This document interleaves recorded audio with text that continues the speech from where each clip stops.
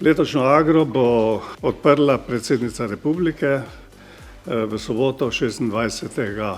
avgusta in bo trajala seveda tako kot običajno 6 dni.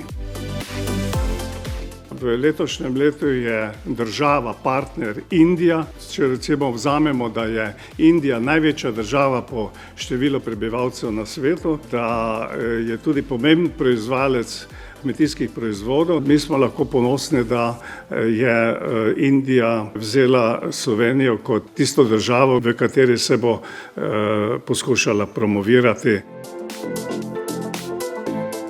Letošnji sejem Agra ima 1700 razstavljalcev iz 35 držav. Tukaj se na sejmu predstavljajo seveda vsi domači in tuji razstavljalci, ki imajo seveda najnovejše inovativne digitalne rešitve, najnovejše tehnologije, vodilne svetovne blagovne znamke so tu zastopane, potem seveda jim bojo zastopana semena, sadike, sredstva za prehrano in varstvo rastlin, oprema za živilsko predelovalno industrijo, gastronomijo.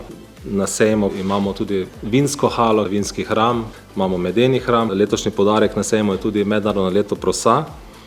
Pobudnica tega mednarodnega leta je ravno Indija.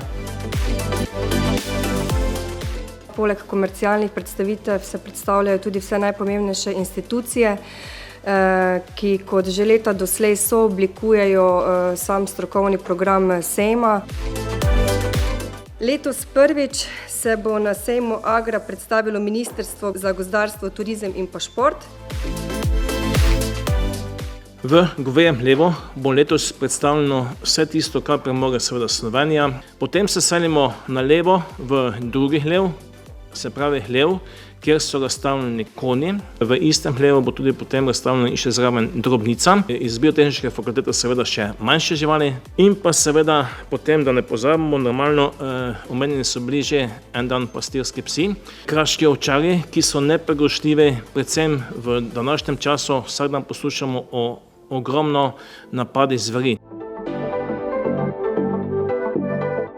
Vsi ste prisrčno vabljeni, da pridete na sejem in da seveda to vse vidite tudi v živo, doživite seveda tako razstave kot seveda tudi vso strokovno dogajanje.